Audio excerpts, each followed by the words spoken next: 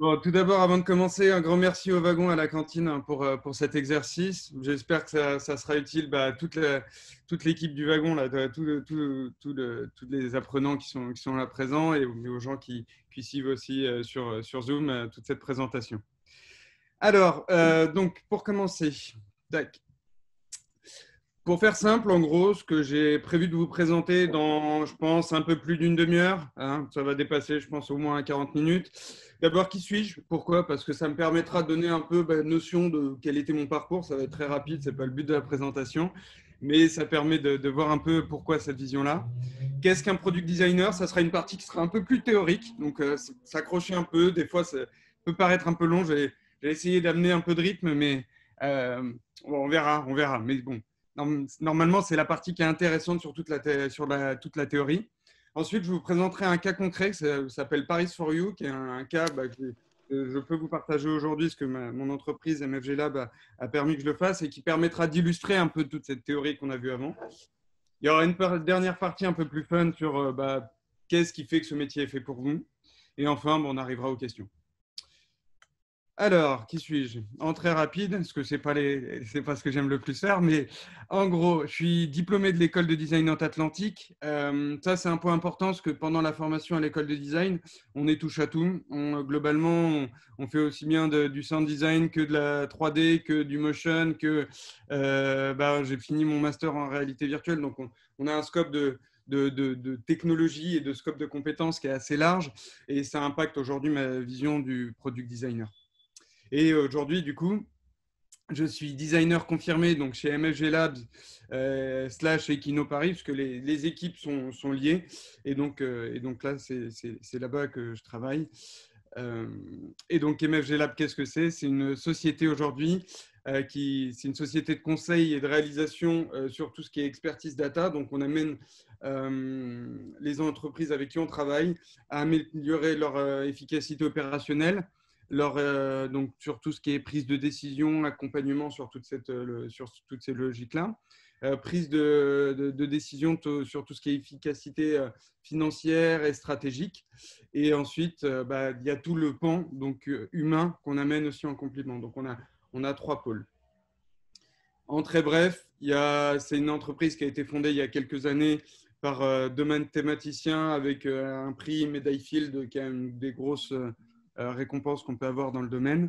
C'est une équipe pluridisciplinaire, donc, et c'est là aussi où c'est une vision qui est un peu intéressante à avoir aujourd'hui, c'est qu'il y a de la data science, data analyst, il y a des designers et il y a de la tech, donc des développeurs, à la fois front, back, de l'infrastructure. On a plus de 40 experts data dans un grand groupe qui s'appelle BETC Full Six aujourd'hui, qui a plus de 600 experts du digital. Et on a du coup, par ce grand groupe, une présence donc à Paris, Londres, etc., donc à l'international, ce qui nous permet de toucher à différents types de sujets et différents types de scopes de projet. Bon, rentrons tout de suite dans ce qui est le principal et ce qui nous intéresse aujourd'hui. Qu'est-ce qu'un product designer? Ça n'a pas exporté ça n'a pas exporté les gifs. Je voulais mettre des petits gifs pour être là. Alors, quels sont les principes clés du design thinking d'abord? Parce que le product designer, il va se baser sur un mode de pensée dont il y a 3 principes clés.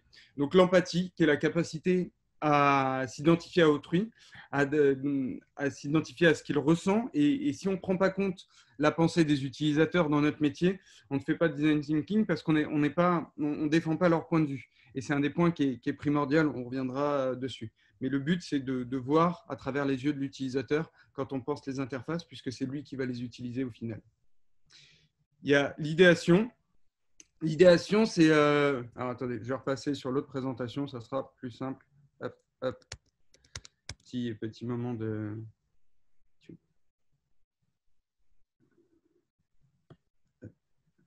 Les aléas du direct. Fallait qu'il y en ait.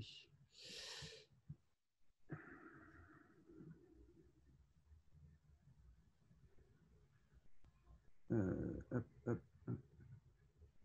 Ça doit être ça. Non, c'est pas ça. Et l'autre?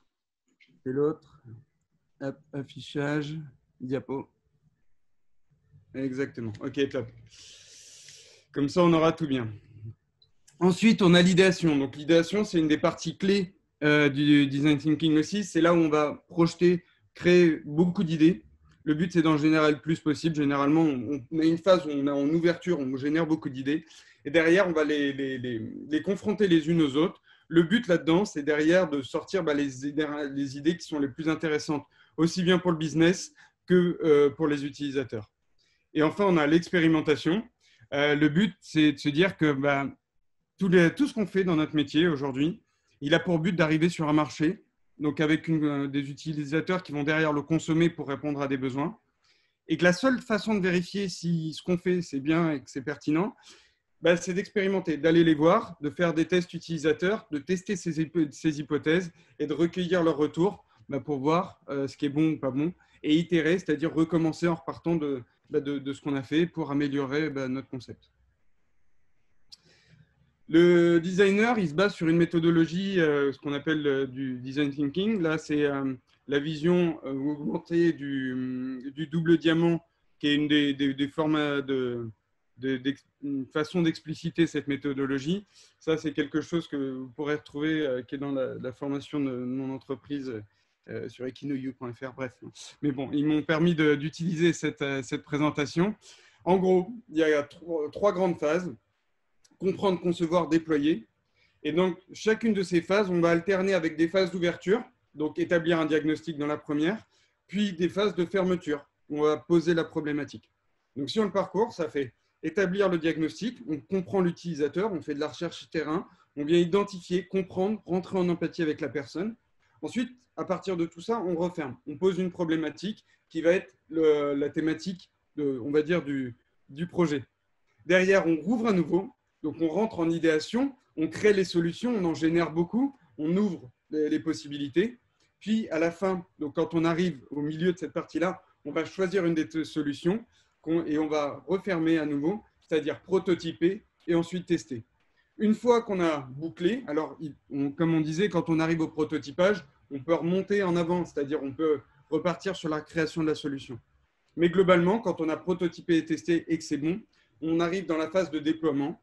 Et dans cette phase, on va développer la solution. Donc là où on commence à dialoguer plus sérieusement, on l'a fait en amont, mais il y a un vrai dialogue qui se met en place et un travail d'équipe avec les développeurs. Et derrière, on communique sur la situation finale. Donc c'est tout ce qui est, on va dire, mise à disposition du produit. Avant de définir le métier de product designer, et c'est un des points qui est assez important parce que quand Amandine m'a contacté et donc la cantine m'a contacté pour faire cette présentation, le questionnement c'était moi aujourd'hui je me positionne en tant que product designer, mais il y a beaucoup de métiers du digital et on va trouver des designers qui sont service designers, qui sont consultants. Et donc comment un product designer se positionne vis-à-vis de tout ça? Globalement, et dans ce qu'on entend généralement, le service designer, il porte une vision holistique du projet. Holistique, ça veut dire que c'est une vision globale. Il conçoit le service dans sa transversalité, dans les multiples canaux. Il va positionner les différentes étapes du service et voir comment tout ça s'articule. On a le consultant design qui donne le cap et la stratégie dans le projet. C'est lui qui va avoir la relation avec le client et qui va gérer la plupart du temps les enjeux qui sont des enjeux jusqu'aux enjeux business. On a le user researcher qui met en place tout ce qui est protocole de recherche utilisateur, les tests, et qui va connaître au final, qui va être l'interlocuteur clé pour connaître les besoins utilisateurs et qui y sont. On a User Experience Designer, donc ça c'est ce sur quoi je me plaçais au départ quand je suis sorti d'école. Je me suis dit c'est le titre que je connaissais et que je conserve toujours aujourd'hui pour partie. Et le but là-dessus, c'est être expert des patterns cognitifs. Donc, comprendre avec de la psychologie cognitive, etc., comment va fonctionner l'utilisateur, quels sont ses biais. Et c'est le designer qui va généralement animer les ateliers, etc., pour explorer la solution, extraire la matière et concevoir les interfaces qui sont centrées utilisateurs. Et enfin, on a le User Interface Designer, UI Designer, c'est comme ça qu'on l'appelle souvent, qui traduit en fait toute la dimension visuelle perfecte, visuelle et pixel perfect du produit. C'est lui qui va amener l'image de marque et la stratégie dans cette dimension graphique.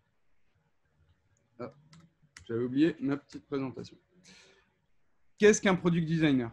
Alors, si on doit en donner une définition, aujourd'hui, on va voir que c'est assez large. Un product designer, c'est le designer qui porte une approche holistique de conception sur un produit. Quand on dit produit, on peut entendre produit digital et donc par là même service. C'est tout, en gros, ce qui va répondre à un besoin. Donc, le designer, c'est celui qui porte une approche holistique de la conception d'un produit digital de bout en bout via les méthodologies du design thinking et des méthodologies du design. Pourquoi de bout en bout? Parce que pour amener un produit jusqu'au bout, et ce jusqu'à la phase de développement où il y a un passage de relais, il y a, même avant, il y a tout un dialogue qui doit se faire avec les différents experts métiers. Pourquoi? Parce que l'humain est au centre généralement du service. C'est la seule chose qui va permettre à une DSI, à de la data science, à du business de s'aligner sur le service, puisqu'au final, on a un seul utilisateur. Et quand il conçoit l'interface, le product designer doit être capable de dialoguer avec l'ensemble de ses interlocuteurs. Donc, j'ai essayé de mapper très rapidement, il n'y a pas d'échelle, mais globalement, ce que peut faire un product designer, et selon ma vision, et c'est lié un peu à mon profil là-dessus. Donc, il y a un peu de business, beaucoup d'UX et de facilitation. Facilitation, c'est tout ce qui est l'animation d'atelier. Il y a de l'UI, donc User Interface, donc la dimension graphique, la traduction des maquettes en quelque chose de final. La copie, je vous laisserai voir la vidéo, la présentation qu'a fait Charlotte sur le sujet, qui est tout ce qui est rédaction dans les interfaces. Le motion, donc c'est tout ce qui est vidéo. Le sound, donc tout comment l'utilisateur va dialoguer avec l'interface via les sons. Le coding, c'est comment nous, en tant que designer, est-ce qu'on est capable de dialoguer avec les développeurs, comment on les accompagne dans la traduction d'interface et aussi et surtout dans notre logique métier, comment on prend en compte les attentes des développeurs pour que le passage de relais se fasse bien. Dimension de marketing, ensuite de réalité virtuelle, on peut partir dans des choses un peu plus poussées, et user research et user test, donc les tests utilisateurs et la recherche utilisateur en amont. Tout ça, c'est ce qui va donner la teinture spécifique au profil de chaque designer. Mais on voit globalement qu'il y a besoin d'un énorme scope de compétences, mais qui est plus ou moins géré. Pour résumer, il y a 4 grosses compétences clés. La recherche utilisateur et la veille. Le but, c'est de poser les problématiques en amont et les enjeux pour rentrer en empathie avec l'utilisateur. On identifie ses besoins. À partir du concret, on va faire des études. Il y a pas mal de méthodes qui permettent de faire ça. Ensuite, il y a l'animation d'atelier. Le but, c'est d'aligner les clients, de brainstormer sur des idées ou de restituer les idées de conception, voire même de la recherche utilisateur. Ça rentre dans l'alignement. Mais un designer aujourd'hui, c'est essentiel pour lui d'être capable d'animer des ateliers et parce que c'est les moments clés, on va dire, de passage du produit. Ensuite, il y a la conception, donc on va dire que c'est évident, c'est la partie de cœur du métier de designer, c'est-à-dire penser l'expérience et traduire tous les besoins qu'on a captés en amont et les attentes business et stratégiques et mettre tout ça dans une interface. Pour ça, on utilise différents outils digitaux tels que Sketch, mais globalement, en gros, il y a différentes étapes de wireframe et de maquette. Pareil, ça, on va revenir dessus dans le projet à venir. Et ensuite, il y a la phase de test. Donc, comme on disait, le but, c'est à la fin de la conception, pour identifier les attentes des utilisateurs, si on répond bien aux besoins et aux attentes exprimées, et pouvoir derrière générer des recommandations pour une nouvelle phase itérative, il faut être capable de mener ces tests-là. Un product designer, c'est aussi une personnalité qui peut être un peu compliquée dans l'idée. C'est à la fois un guide parce que c'est un facilitateur qui œuvre pour l'entreprise. Pour moi, un product designer qui se voit comme le héros, qui conçoit l'interface et qui s'attache à toutes ces idées, ne va pas dans le bon sens. Un product designer œuvre pour son entreprise et œuvre pour les utilisateurs. Et il guide la personne qui est son client vers la réalisation de sa quête, en quelque sorte. C'est aussi un résistance, que c'est la personne qui va être le dernier rempart éthique et contre les dark patterns, contre le bon sens, pour les enjeux business. Et c'est surtout celui qui va défendre l'utilisateur. C'est un prof parce qu'il doit être pédagogue lorsqu'il embarque l'ensemble de l'équipe pour leur donner les clés, leur expliquer pourquoi il fait telle ou telle décision. Et c'est la seule façon par laquelle il va pouvoir permettre d'adopter les bonnes idées et les concepts qui permettent de défendre l'utilisateur.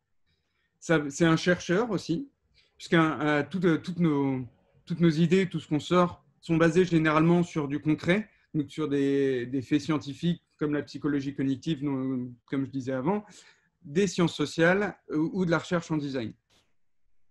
C'est quelqu'un qui a aussi une double personnalité. Et ça, c'est quelque chose, généralement, on met un peu de temps quand on fait des études de design avant de se confronter à cette idée-là, mais c'est quelque chose qui est important.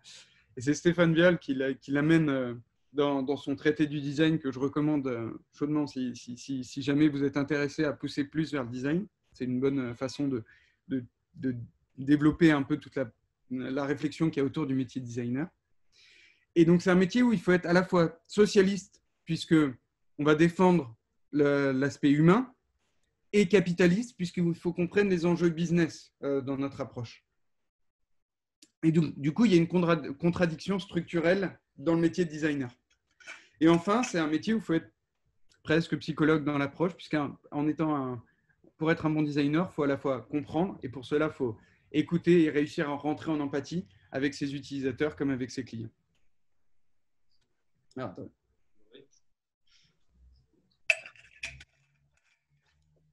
Alors, avec qui travaille un product designer? Je ne sais pas si vous arrivez à voir, j'espère que la diffusion sera assez contrastée pour que vous puissiez voir. Mais on va le faire en très rapide. En gros, il y a 4 niveaux que j'ai pu identifier. Il y a les autres designers de l'équipe. Donc ça, c'est le cœur du design. Et là, on retrouve les différents profils que j'ai cités tout à l'heure, c'est-à-dire user experience, motion, designer de recherche utilisateur, la partie graphique, les consultants. Ensuite, il y a les différentes autres personnes dans l'agence, au sein même de l'agence, donc que ça soit une agence produit ou une agence ouverte, une agence type agence avec des clients. Donc là, on retrouve les consultants, chefs de projet, product owner, qui sont plus sur la gestion organisation. Les parties, dans mon cas, des parties très opérationnelles propres à la spécialité de l'entreprise, c'est-à-dire moi, les data analysts, data consultants, data engineers. Et ensuite, on a la partie technique, généralement, avec qui on dialogue, les développeurs front-end, back-end et l'infra, pour voir sur quoi repose toute notre approche. À partir de là, on a un autre cercle, la team client, où on retrouve tout en haut. Donc, Solution Expert and Business Product Analyst, c'est les Solution Experts dans la DSI, c'est la personne qui va connaître les outils préexistants. Business Product Analyst, généralement, c'est la personne qui remonte les besoins métiers chez le client, quand c'est un métier qui est en B2B. Il y a le Product Owner, chef de projet manager, on retrouve ça. Il y a généralement le sponsor avec qui on va dialoguer et qui va être la personne qui finance le projet, qu'on va voir en comité de direction et à qui on va vendre, on va dire, l'interface et à qui on va faire tout ce travail de présentation et dans qui on va défendre nos idées et pourquoi on fait ça de telle façon. Et ensuite, on retrouve toutes les autres teams, c'est-à-dire la team de dev, la team data, la partie architecte, le contrôle qualité et tout ce qui est responsable de la communication et du marketing. Et enfin, tout au bout de ça, et généralement, on peut avoir un peu de mal à les atteindre, c'est pour ça que je l'ai mis tout au bout, on a les utilisateurs finaux, les utilisateurs donc, de premier niveau qui sont, on peut avoir par exemple dans un service les enfants en utilisateurs finaux, les parents en utilisateurs premiers qui vont par exemple régler ou paramétrer l'interface ou le service. On a les utilisateurs par procuration. Généralement, c'est plus des utilisateurs qu'on va adresser genre en recherche utilisateur. On le verra encore une fois dans le cas d'usage. Et les utilisateurs B2B qui sont des utilisateurs finaux ou premiers, mais qui sont un peu spécifiques. C'est pour ça que je les ai mis à part.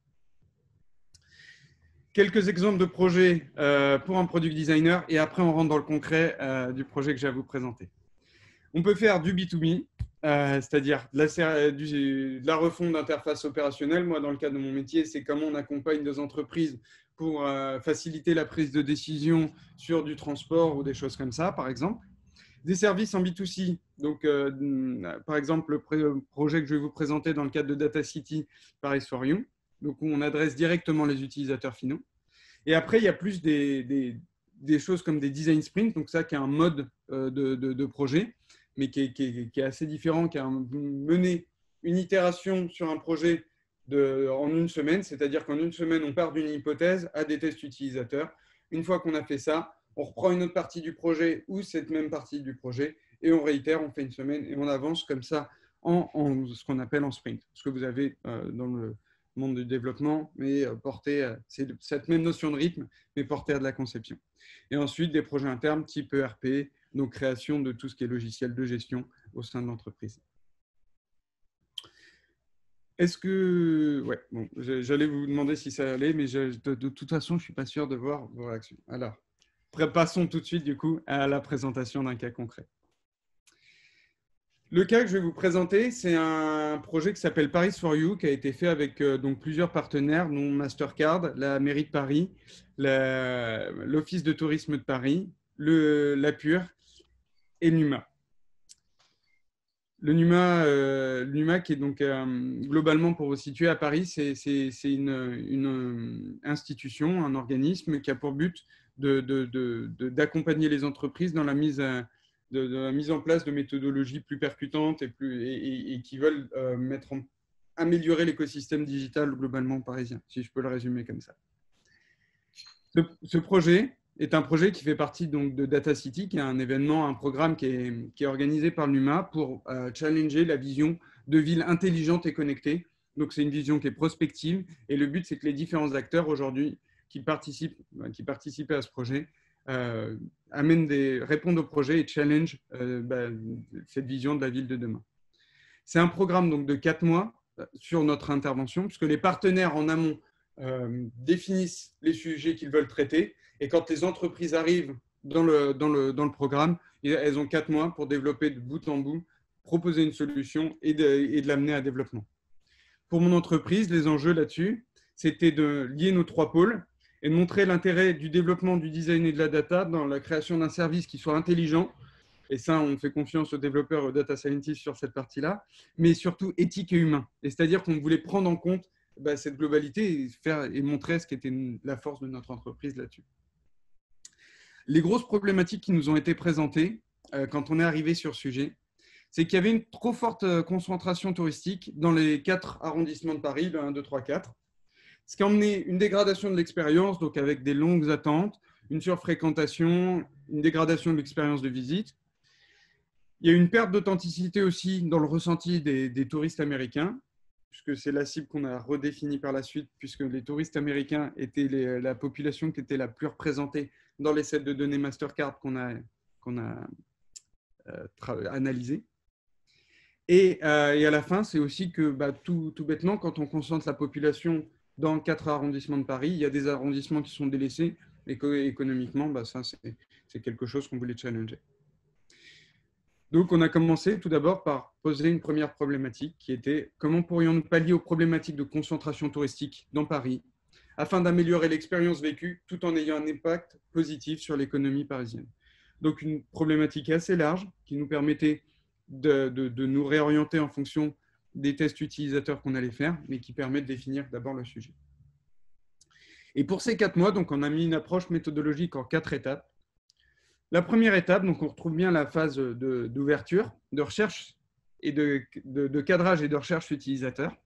Dans cette phase-là, ce qui s'est passé, c'est que la data, que vous voyez en deuxième ligne, eux, ce qu'ils ont fait, c'est de la recherche et de l'analyse et de la cartographie des données, donc qui sont à la fois de l'open data ou des données du client. Nous, pendant ce temps-là, et ne vous inquiétez pas, on va détailler tous ces termes un peu spécifiques après. Mais nous, pendant ce temps-là, on a fait un benchmark des services existants. Donc, on a analysé la concurrence et tout ce qui existait déjà sur le marché. On a interviewé des utilisateurs, on a créé des parcours et des personas. Ensuite, on est rentré dans une seconde phase. On a conçu donc l'expérience. Ça, on a mis en place donc des storyboards, des wireframes, de la conception d'écran qui tue. Donc, on est parti vraiment de comment ça se passe vers à quoi ça ressemble. Pendant ce temps-là, on était en dialogue perpétuel avec les data scientists qui, eux, concevaient l'algorithme de recommandation. Donc, il y avait perpétuellement ce dialogue sur comment ça doit se passer au niveau du service, quelles sont les attentes et qu'est-ce qu'on peut faire. Ensuite, il y a eu un développement et une mise en production. Donc là où, en tant que product designer, on accompagne les développeurs et les data scientists en fonction des aléas, de ce qu'on rencontre en développement pour voir ce qui est faisable, mais aussi de maintenir un niveau d'attendu. Et ensuite, il y a eu la partie de test et mesure, puisque même si on n'avait que 4 mois et que le délai était serré, le but, nous, c'était d'amener des tests utilisateurs pour avoir des feedbacks et des recommandations dès la phase de présentation, qui est la phase finale de ce programme. Alors, entrer en empathie avec les utilisateurs. Et alors ça, c'est le début. Ça a été un cas qui a été assez complexe. Mais en gros, pour rentrer en communication et comprendre les besoins de cette cible qui étaient les touristes américains, on est allé voir deux profils. Tout d'abord, des profils américains. On est allé au musée d'Orsay, et puisque c'était difficile de les recruter en panel et d'appeler un touriste américain, puisqu'un touriste américain, par définition, quand il est là, il est là pour visiter et pas spécialement pour répondre à des questionnaires. Donc, ce qu'on a fait, c'est qu'on s'est rendu sur place au musée d'Orsay, via nos partenaires, et on leur payait le café pour leur poser une série de questions. Ça, c'est des choses qui marchent très bien, qui permettent de dégrossir un peu les attentes des utilisateurs. Et pour préciser ces besoins, pour s'assurer qu'on avait assez de matière, ce qu'on a fait, c'est qu'on est allé interviewer des hôteliers, qui étaient donc ce qu'on appelle justement ce dont je parlais tout à l'heure, les utilisateurs par procuration, qui sont des gens qui sont souvent en confrontation avec ces utilisateurs et qui ont une bonne connaissance des attentes de ces personnes. Et là, ce que vous voyez sur la droite, c'est une représentation typique de ce qu'on appelle un persona, qui est une façon d'agréger les informations qui permet pendant toute la suite du projet d'avoir un point de référence humain dans les différentes prises de décision. Et ce que vous voyez, c'est qu'on a à la fois un verbatim clé, on a qui est cette personne, à quelle classe sociale, socio-professionnelle elle correspond, on a un peu de son histoire, mais on a aussi ses motivations dans son expérience à Paris, ses points de douleur, et après de différentes informations qu'on ajuste en fonction du projet. Donc on prend ce qui est le plus pertinent. Mais par exemple, la CSP, donc la classe socio-professionnelle, les moyens de transportation liés à ça, ou par exemple ici, le pattern de visite, donc savoir comment ils vont aller d'un point à l'autre dans Paris. Une fois qu'on a creusé un peu toutes ces attentes, on est assez rapidement passé, nous, à un premier positionnement du parcours de l'utilisateur. Alors, désolé, c'est en anglais, je n'ai pas eu le temps de traduire, mais globalement, on a une première phase de planning dans notre service. Ensuite, une phase de suggestion. On voulait suggérer à l'utilisateur quels étaient les meilleurs parcours à visiter. Et ensuite, on avait l'expérience de visite en tant que telle et ce qui se passait après l'expérience de visite. Pour vous expliquer rapidement le service, l'utilisateur cherche à définir ce qu'il va faire dans son expérience de visite. Il nous précise les détails clés comme tout ce qui est en gros à quel moment il va être disponible. Il sélectionne ses points d'intérêt. À partir de là, l'algorithme prenait tous ces inputs, poussait les zones d'exploration avec les ADN de quartier qui correspondaient à ses intérêts. On lui donnait une carte détaillée de la zone avec tout ce que ça contenait et le parcours qui permettait de se déplacer d'un point à un autre. Ensuite, il pouvait télécharger le guide, l'emmener dans sa visite et partager l'expérience. Bref, ça c'est bien parce que ça donne un premier niveau de vision des grandes étapes du service.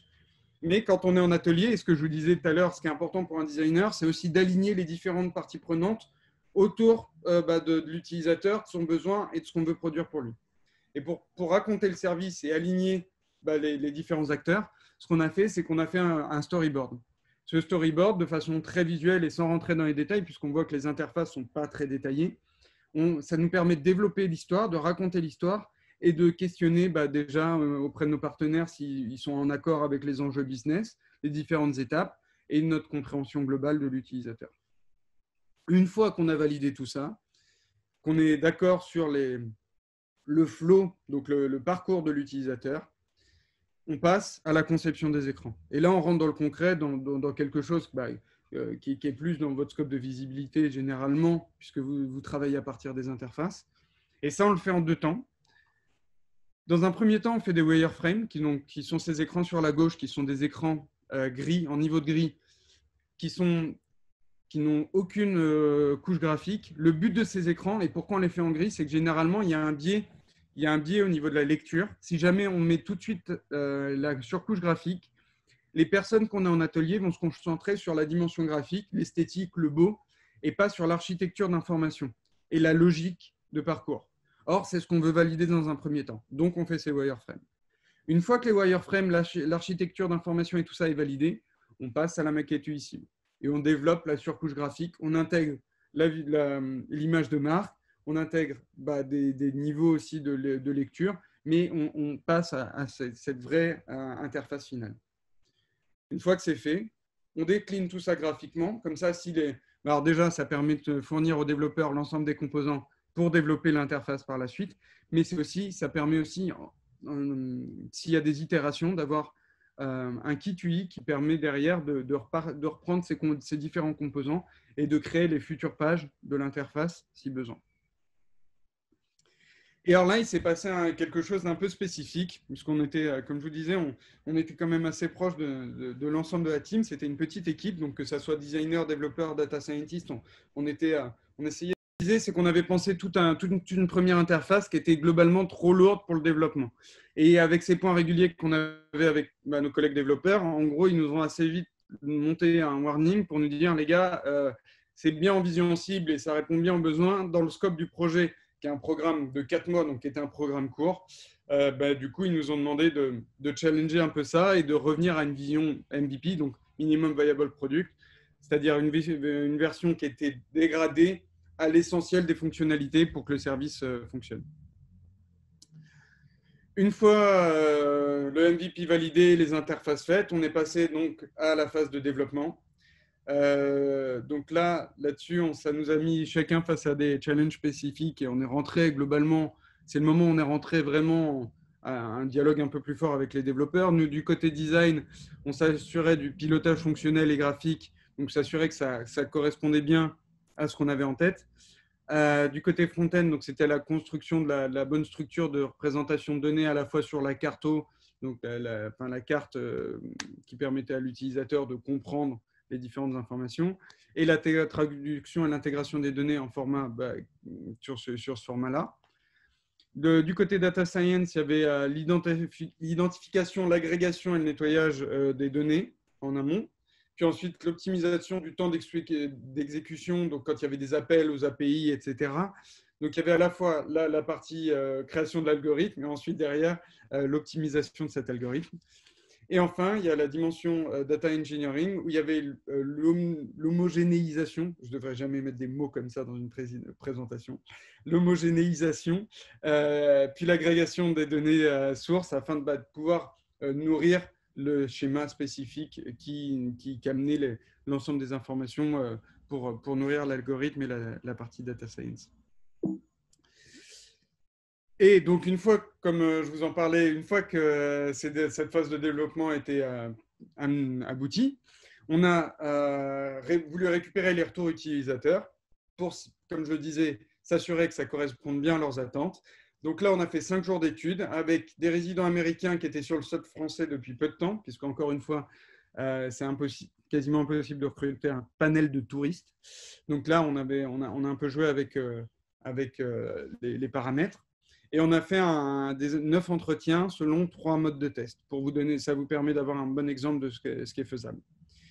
Il y avait une première passation de test. On présentait l'interface aux utilisateurs. On leur demandait de naviguer à travers, puis sans leur donner de retour ou quoi que ce soit. C'est encore une fois sur la partie des tests. Il y a une vidéo qui est disponible via la cantine, donc je ne vais pas trop le développer. Ensuite, on avait une deuxième phase au niveau des tests où on imprimait, parce qu'on n'avait pas pu tout développer, donc on imprimait la recommandation aux utilisateurs. Donc on voit qu'on peut faire ces tests de façon très craft, enfin très papier. On donnait cette recommandation aux utilisateurs et on leur demandait pendant 2 heures de parcours 2 heures de visite, de tester la recommandation et à la fin, donc on avait un appel téléphonique avec eux pour récupérer l'ensemble de leur feedback, leur retour utilisateur. Et le but de tout ça derrière, c'est de générer, d'analyser ces tests et de prioriser les retours et de générer des recommandations. Donc là, on voit que, par exemple, dans ce type de recommandation, dans ce type de recommandation, on a à la fois les problématiques qu'on a rencontrées sur la gauche, les équipes qui sont concernées pour la suite du projet, pour la prise en charge de ces problématiques, les étapes du parcours qui sont concernées, et ensuite la sévérité. On a essayé de classer cette sévérité selon la dimension fonctionnelle pour l'utilisateur et l'impact que ça a pour l'utilisateur. Il y a différentes façons de le classer, mais c'est dans la partie design, aujourd'hui, ce qui marche, ce qui nous correspond le mieux en tout cas. Et aujourd'hui, du coup, les retombées de ce projet, c'est qu'on a eu une présentation démodée et que sur la partie interface et parcours, on a eu un prix pour ce projet de l'International Institute for Information Design. On a été awardé le niveau silver, donc argent. Et donc, dernière partie, en résumé, ce métier est fait pour vous.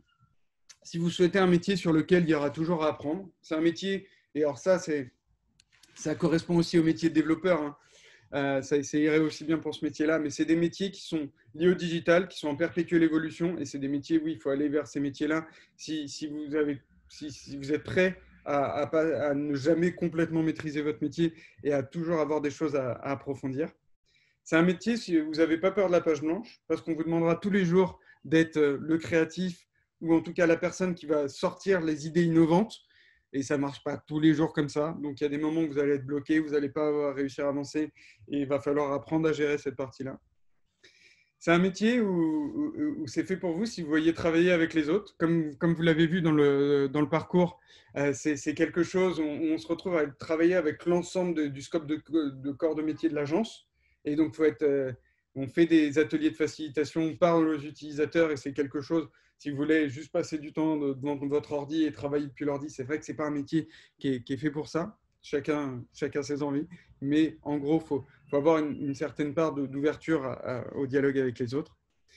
Et c'est un métier, si vous savez aussi, c'est fait pour vous, si vous savez vous remettre en question sans pour autant douter de vos capacités à faire. Comme je le disais, on va aller amener nos idées durant des ateliers auprès des clients qui connaissent souvent mieux le métier que nous, qui vont vous remettre en question tout ce que vous avez amené. Et le pire là-dedans, c'est que généralement, ils ont raison.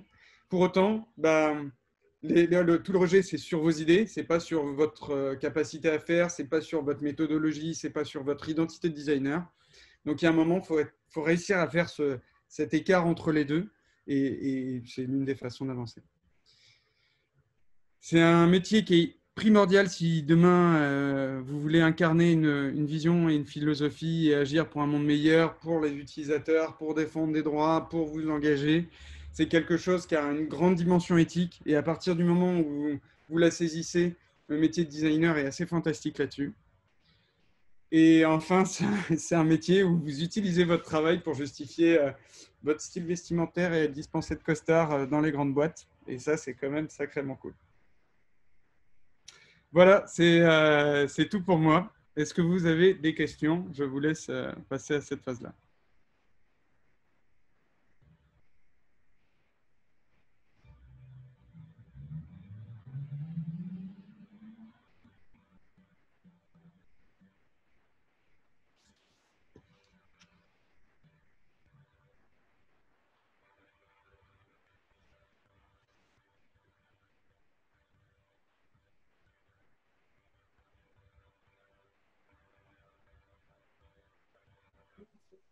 Tu m'entends, Jocelyn, ou pas? Là, je vous entends, Ouais. Ok. Est-ce qu'il y a des questions dans la salle de notre côté? Moi, j'ai une question. Parce en fait, on a parlé de la logique de. Je vais me mettre comme ça, peut-être que tu me vois. De product design, donc de product designer. Et en fait, tu disais, finalement, dans l'équipe, il y a aussi des UX designers, il y a des UI designers. Et c'est quoi finalement, la logique? C'est parce que c'est finalement, dans la structure dans laquelle vous êtes nombreux? Et c'est quoi ton interaction est-ce que tu es dans une logique de management des autres UX, enfin, ou des autres designers? C'est quoi la différence fine qu'il peut y avoir entre ces profils-là? En gros, c'est vraiment, pour moi aujourd'hui, le métier, pour moi, aujourd'hui, ce qu'on peut donner à ce terme-là, product designer, c'est vraiment, et c'est ma vision, hein, c'est pas bosser dans un produit ou dans une entreprise qui est liée à un produit ou un service, mais c'est plus vraiment avoir cette capacité de travailler de bout en bout et d'avoir un scope de compétences qui permet d'aller de bout en bout dans la gestion de n'importe quel produit ou n'importe quel service. Du coup, on peut être amené à travailler avec des gens qui sont spécialisés en UX, qui sont spécialisés en user research, qui sont spécialisés avec tout ça. On peut être amené à travailler avec d'autres product designers. Ça dépend vraiment de la configuration spécifique de l'entreprise. Mais dans l'idée, un product designer n'est en aucun cas quelqu'un qui va avoir un ascendant ou manager les autres. C'est plus une question de la répartition du scope de compétences. Est-ce que ça répond à la question? Ouais. Il y a une question de Marion sur les internets. Marion dit qu'elle sort aussi de l'école de design de Nantes. Donc, félicitations à vous deux. Et elle avait une question sur les logiciels que tu utilises. Elle utilise Adobe XD et Zeppelin en UI UX. Et pour bosser avec les devs, quel logiciel serait le plus adapté à ton avis? Alors, j'avoue que dans mon expérience perso, j'ai principalement utilisé InVision pour le boulot avec les devs. Jusqu'ici, il n'y a pas eu trop de problématiques. Ouais, donc InVision, tu le lis à quoi? Tu le lis à Sketch en termes de design? Voilà. En gros, j'utilise Sketch pour la conception, InVision avec la partie Inspect, donc où on a toute la dimension développeur et l'aspect différents specs du produit. Et après, là, depuis peu de temps, j'utilise Figma aussi, mais alors ça, c'est plus pour l'animation d'atelier et pour tout ce qui est cartographie, qu'un autre outil qui vaut le détour là-dessus. Mais voilà. On utilise Figma aussi au wagon, c'est assez puissant parce que ça permet d'aller du prototype, ce que tu me montrais tout à l'heure, ça permet d'aller du wireframe au mock-up final et aussi d'avoir un prototype directement, ce que tu n'as pas forcément dans Sketch. Donc c'est assez puissant. Ils sont en train de monter fort. Figma, ça vaut le coup de. En tout cas pour Marion, ça vaut le coup de tester. Depuis le confinement, ils ont mis les bouchées doubles. Est-ce qu'il y a d'autres questions? Niveau d'études. Ouais, j'ai une question sur le niveau d'études pour devenir designer. En fait, bon, toi, as fait je pense que c'est pas le plus simple, a priori, l'école de design. Mais est-ce que autour de toi, je pense de façon un peu plus large, les profils que tu as en UX, ils viennent d'où? Ils ont fait quel type d'études? Parce qu'en fait, c'est aussi des gens qui sont un peu hybrides, qui viennent de plusieurs disciplines potentiellement. Et les formations sont assez neuves là-dessus. Est-ce que toi, tu as un feedback là-dessus sur le niveau de formation? C'est une bonne question. Je dirais que les écoles de design apportent aujourd'hui déjà une bonne maîtrise de beaucoup d'outils, des projets et de l'expérience là-dessus avant de se lancer dans le monde pro. Un réseau, enfin tout ce qu'elles peuvent apporter des écoles. Après, j'ai aussi dans mes collègues des gens qui ont fait des facs de psycho, qui ont fait des études d'ingénieur. Alors, j'ai pas tout en tête, mais globalement, on a des profils qui viennent d'autres dimensions parce que, comme je le disais, le métier de designer, au final, est assez central à une dimension humaine. Donc, pour peu que vous ayez une capacité à écouter, à rentrer en empathie, c'est déjà un point fort pour se rapprocher de ce domaine-là. Après, il y a en effet la dimension graphique, visuelle, architecture d'information, enfin toutes ces autres compétences, ce nuage de compétences qu'on doit acquérir pour être designer. Je sais qu'il y a beaucoup de gens qui se lancent dans le design en freelance sans avoir en autodidacte, et ça peut marcher très très bien. Je pense, c'est difficile aujourd'hui de me positionner sur une façon de faire, puisque dans tous les cas, j'ai vu des gens très bien réussir dans ce domaine-là sans avoir fait d'études sur le domaine spécialement. Je pense que c'est vraiment une question de mindset et de capacité à avoir envie, avec le temps, de progresser sur ce domaine-là. Mais aujourd'hui, il y a clairement les ressources pour bien s'en sortir, je pense, aussi en venant d'autres domaines, quoi. Ne vous découragez pas, ça vaut le coup. Est-ce qu'il y a d'autres questions? Je suis peut-être un peu à côté de la plaque, mais pour moi, là, ce qu'il a expliqué, c'était le rôle d'un product owner. Ouais, C'est quoi la différence concrètement entre les deux? Ouais, on a une question sur le. Est-ce que vous bossez avec des product owners dans votre boîte et si oui ou sinon, enfin, quelle différence tu peux voir avec un métier de product owner, si ça te Alors, parle? on va bosser, alors, on en a eu à une époque, après ils sont plus partis sur la dimension consultant. Euh, je- j'ai du mal à préciser enfin, toute la partie, le scope de compétences d'un product owner, parce que finalement, moi, dans mon métier, j'en ai pas eu tant que ça en interlocuteur direct. Par contre, ce qui est sûr, c'est qu'un product owner va avoir une gestion, comment dire, va gérer enfin, le produit dans sa durée, qu'un product designer va avoir cette dimension-là, mais ne va pas avoir la gestion. Il va être là sur la durée sur le produit, mais il va réfléchir sur la conception, sur tout ce qui est l'utilisateur. Les deux sont des métiers qui sont assez proches, hein, à partir du moment où on est product owner, product designer, c'est des métiers qui sont souvent assez proches dans le domaine de compétences et qui vont être assez souvent à dialoguer ensemble. Le product owner a peut-être un peu plus en dialogue avec les devs de façon globale et dans le suivi, dans la gestion, on va dire, du produit, que le designer est plus sur la mise à jour et les itérations concernant le produit. Il y a un côté conception, on va dire, dans le design qui est un peu plus, enfin, dans le côté product owner qui est plus présent. Moi, j'ai une question. Vous parlez tout à l'heure des études qu'il a faites, avec tout ce qu'il a pu apprendre. Il terminé d'ailleurs sur tout ce qui était réalité virtuelle. Et j'aimerais savoir comment est-ce que ça impacte réellement en fait, ses activités au quotidien. En fait. Parce qu'il est beaucoup avec il est avec toute la chaîne. Et à quel moment est-ce que ça rentre en ligne de compte? J'ai l'impression d'être traducteur. J'ai entendu. Alors, la réalité virtuelle, aujourd'hui, concrètement, ce n'est pas quelque chose qui me sert au quotidien en tant que réalité virtuelle. C'est-à-dire que dans mon scope de métier, c'est souvent, on fait beaucoup de services, on fait beaucoup de web. On a tenté quelques expériences avec de la data et de la réalité virtuelle, mais c'était plus des projets internes. Par contre, un point qui est intéressant, c'est qu'avoir fait ce master, donc réalité virtuelle, globalement, le titre était réalité virtuelle, mais on touchait un peu de la réalité augmentée, on touchait de la projection, des choses comme ça. Et ce qui est assez intéressant là-dedans, c'est que ça ouvre les perspectives de conception et de réflexion à des technologies prospectives, c'est-à-dire des technologies qui vont être soit émergentes, soit qui sont déjà présentes, mais qui sont des technologies qui sont difficiles à accéder pour l'utilisateur une grande partie du temps. Et donc, on a tout un différent mode de réflexion au niveau de l'ergonomie.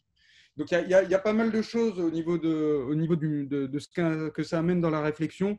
Dans la pratique quotidienne, je ne fais plus aujourd'hui de réalité virtuelle à proprement parler. Mais j'ai une base de connaissances pour dialoguer s'il y a des sujets dans ce domaine-là, en tout cas.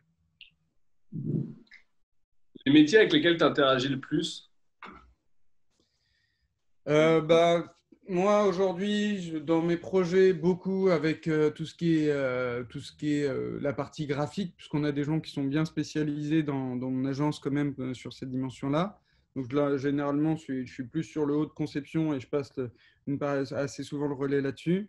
Pas mal de dialogues avec les devs, généralement chez le client, pour voir ce qui est faisable, ou chez nous pour avoir cette dimension quand on apporte cette dimension de conseil. Beaucoup de dialogue avec tout ce qui est toute la partie data science, surtout les data scientists généralement, qui sont en parallèle dans les silos de conception quand on est sur des projets transverses data, design et tech. Et puis bien sûr toute la partie métier, c'est-à-dire métier ou utilisateur, donc voir qui sont les utilisateurs finaux, qui au final est sûrement le type de personne à qui je parle le plus, puisque on ne peut pas, comme je le disais, faire du design centré utilisateur sans avoir d'utilisateur à qui parler. C'est mieux. C'est mieux. Sinon, user experience n'a pas de user, donc notre titre est remis en question, quoi. Ils durent combien de temps vos projets?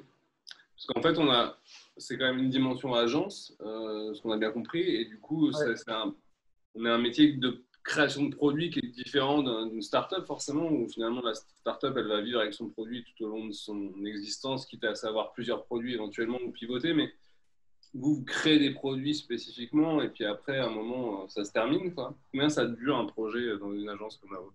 Ça dépend, c'est assez vague. On a, comme j'ai commencé à en parler tout à l'heure, on a les design sprints où là, le projet peut durer une semaine. Le but, c'est d'amener l'entreprise à prendre les grandes décisions par une identification de problématiques, une première conception et des tests utilisateurs. On amène l'entreprise, ils s'arrêtent là, ça leur suffit, on leur fait leurs recommandations et en amont du projet, ils identifient les grandes directions stratégiques, les risques de problèmes qu'ils vont rencontrer et des fois ça suffit. Donc on peut avoir des projets hyper courts comme ça, comme des projets assez longs, typiquement si on rentre sur du design system, des choses comme ça chez un client, c'est-à-dire où on va repenser l'ensemble de l'écosystème d'interface, où on va avoir des gros audits, où là on peut partir à plusieurs mois, mais ça peut être très très long, quoi. C'est très variable, ça dépend des clients, ça dépend aussi de leur ouverture à faire de la recherche en amont ou s'ils ont du monde derrière pour prendre le relais pour tout ce qui est déclinaison des interfaces.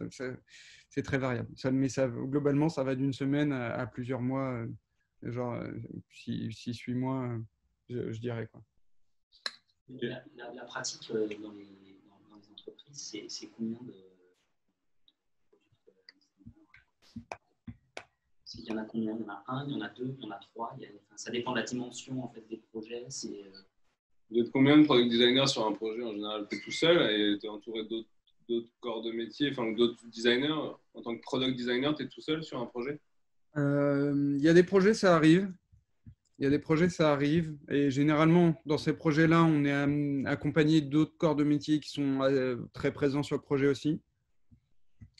On a assez souvent un chef de projet ou un consultant qui est là qui est moins présent que nous sur le projet, mais qui manage en fond et qui est là dans les réunions quand il y a besoin, mais où on n'a pas de dialogue très soutenu. Pas aussi soutenu que comme si il était dans l'équipe projet à travailler avec nous à la conception. Là est la nuance.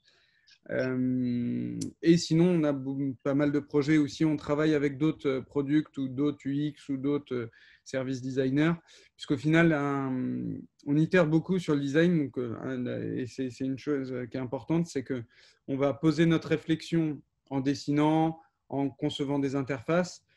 On va créer un médium qui va nous permettre de prendre du recul et de réfléchir à nouveau.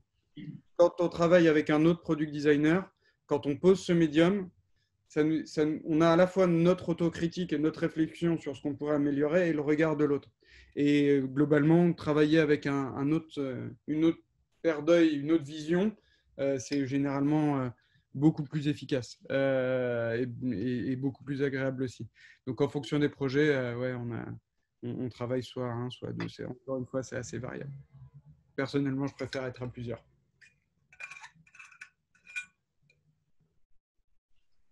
Tu as d'autres questions sur Zoom? Est-ce que j'ai une question dans la salle? Ouais, est-ce qu'on peut dire qu'un product designer, dans son métier, il y a quand même une grosse dimension artistique? C'est pas vraiment une question philosophique, c'est juste parce que tu viens de dire que tu faisais, développeur des dessins, et après il y avait un retour sur ça avec un autre product designer. Graphique et artistique en fait, c'est pas forcément. Ouais, alors, comment dire? Si tu vas froisser les gens là. Oui et non, ça dépend. C'est-à-dire que en fonction, c'est ce que je disais tout à l'heure quand on était dans la présentation. Alors, attends, je vais essayer de retrouver la slide. C'est qu'en fonction de la teinture que chacun va donner à son métier, à son profil, on va être plus ou moins dans la dimension graphique, artistique. C'est-à-dire que, par exemple, moi, au niveau conception graphique, je vais prendre les enjeux graphiques et logiques dans l'interface, mais je ne vais certainement pas me revendiquer comme un directeur artistique. Donc, je sais mener une interface, la concevoir sur quelque chose qui se tient, qui est cohérent, etc. Mais dans mon métier, quand je dessine et quand je conçois, personnellement, c'est beaucoup de la traduction graphique et fonctionnelle. C'est un médium pour communiquer avec les autres et c'est une façon pour moi de réfléchir. La partie conception graphique, que ce soit sur du motion ou de l'UI, là-dessus, personnellement, je préfère aller chercher de la ressource, quelqu'un qui est expert dans le domaine, si j'en ai la possibilité. Après, si besoin, c'est quelque chose que je peux prendre en charge et sur lequel je peux amener quelque chose qui est tout à fait pertinent. Mais pour répondre à ta question, en fait, ce qui est difficile, c'est que cette dimension graphique artistique dépend un peu de où on se situe. Pour un développeur, pour quelqu'un qui touche pas au crayon, si dans la façon graphique artistique, comme on peut l'entendre, oui, il y en a beaucoup et c'est omniprésent. Pour un designer, bah, c'est plus ou moins identifié. Et après, c'est encore une fois, c'est une vision globale, quoi. C'est très, très difficile à répondre. Mais globalement, oui, on utilise souvent papier, crayon, dessin et maquettage pour travailler. Est-ce que ça répond ou est-ce qu'il y a besoin de repréciser Non, c'est clair. Ok, top. Est-ce qu'il y a d'autres questions? Est-ce qu'il y a d'autres questions? Non? Bah écoute, merci Jocelyn, c'était cool. Merci à vous. Merci. Cette découverte de ton univers, on est rentré dans ta tête un peu. Je sais pas si j'espère il y a d'autres choses qui est cachées un peu dans ta tête que tu nous as pas livrées aujourd'hui, j'imagine. Ah, je me suis donné. Je ne veux pas tout savoir non plus. Mais c'était intéressant et en plus c'est assez particulier parce qu'en fait tu as une vision aussi orientée, c'est une boîte particulière aussi et c'est ça qui est intéressant, ce mix design, data et dev qui donne un aspect assez particulier à ton métier aussi. Exactement. Bon, bah, j'espère que ça aura bien servi à toute la team du wagon et puis aux gens sur Zoom.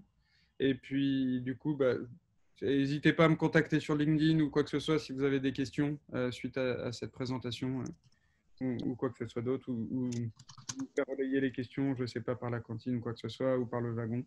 Mais je reste à dispo s'il y a des points à creuser.